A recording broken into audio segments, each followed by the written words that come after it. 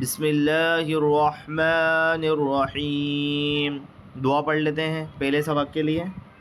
رب یسر ولا تعسر وتمم بالخیر وبک نستعین یا فتاح رب زدنی علما رب زدنی علما رب زدنی علما. تختی نمبر 1.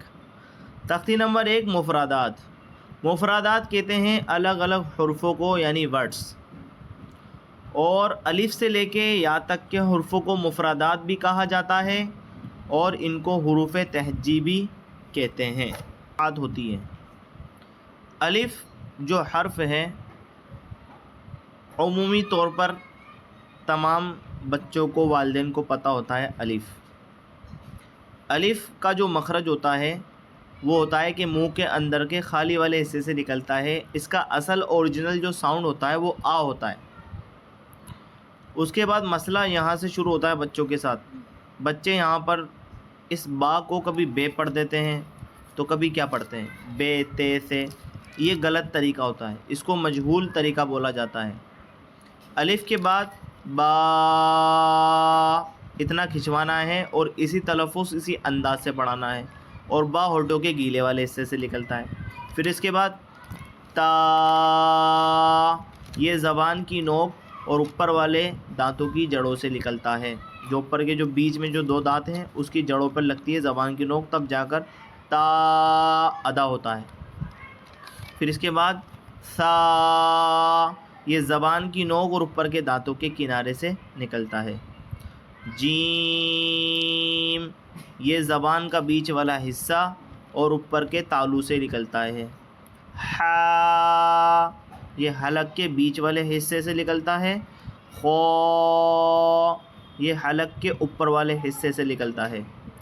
دال، یہ زبان کی نوک اوپر کے دانتوں کی جڑوں سے نکلتا ہے جہاں سے تا نکلا ہے. ذال، یہ بھی زبان کی نوک اور اوپر کے دانتوں کے کنارے سے نکلتا ہے جہاں سے سا نکلا ہے. رو، یہ منہ بھر کر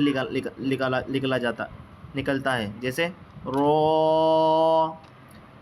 زا، یہ دونوں دانتوں کو پیس کر زبان کو بیچ میں لگا کر نکلتا ہے جیسے زا. سین، جہاں سے زا نکلتا ہے دونوں دانتوں کو پیس کر زبان کو بیچ میں لگا کر وہیں سے ہی سین نکلتا ہے.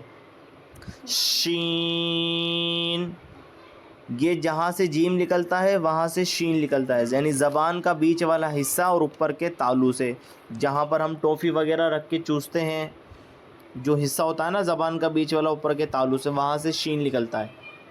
صاد، جہاں سے زا اور سین نکلا ہے وہیں سے سواد نکلتا ہے، مگر سواد میں ایک چیز ایکسٹرا یہ ہوتی ہے کہ سواد کو منہ بھر کے نکالنا پڑتا ہے جیسے صاد. پھر اس کے بعد بود، یہ زبان کی کروٹ اور اوپر کے داڑھوں کی جڑوں سے نکلتا ہے جیسے بود. پھر اس کے بعد تو، یہ زبان کی نوک اور اوپر کے دانتوں کی جڑوں سے نکلتا ہے جہاں سے دال نکلتا ہے، اور جہاں سے تا نکلتا ہے وہیں سے ہی تواں بھی ادا ہوتا ہے، مگر تواں کے اندر منہ بھر کر پڑھا جائے گا. تواں کو منہ بھر کے پڑھنا ہے، یعنی اس کی آواز، تواں کا جو ساؤنڈ ہوگا وہ موٹی آواز سے نکلا جائے گا جیسے تو. اسی طرح زو، یہ بھی منہ بھر کے پڑھا جاتا ہے اور اس کا بھی مخرج زبان کی نوک اور اوپر کے دانتوں کے کنارے سے نکلتا ہے. جہاں سے زال نکلا ہے اور جہاں سے سا نکلا ہے وہیں سے ہی دعا نکلتا ہے، مگر اس کے اندر منہ بھرا جاتا ہے نکالنے میں. عین، یہ حلق کے بیچ والے حصے سے نکلتا ہے جہاں سے ہا نکلا ہے. ہا اور عین ایک ہی جگہ سے نکلتے ہیں، حلق کے بیچ والے حصے سے. غین، جہاں سے خا نکلا ہے وہیں سے ہی غین نکلتا ہے، مگر غین کے اندر آواز پر ہوتی ہے، یعنی منہ بھر کے نکالنا پڑتا ہے غین کو. غین، تو الف سے لے کے غین تک جو مفردات جس طرح جس انداز سے بچوں کو بتلائے جا رہے ہیں یا جس طریقے سے یہ ویڈیو بنائی جا رہی ہے، برائے مہربانی والدین اسی ہی طرح بچوں کو حروف نکالنے کی پریکٹس کرائیں، کوشش کریں۔ بچوں کو بے تے سے جیم ہے کھے نہ پڑھائیں، اس میں ہمیں بڑی پریشانی ہوتی ہے پھر پڑھانے کے اندر، پھر بچوں کو سبق وغیرہ یاد ہوتا نہیں اور پھر ہمیں حروف صحیح کرانے میں 6 مہینے 7 مہینے لگ جاتے ہیں۔ تو والدین سے درخواست ہے کہ آپ اپنے بچوں کو جو ہے الف سے لے کے غین تک اسی ہی طرح یاد کرائیں، مخرج کے ساتھ، تلفظ کے ساتھ اور ادائیگی کے ساتھ۔ انشاءاللہ فا سے لے کر اور یا تک دوسری ویڈیو میں آ جائے گا۔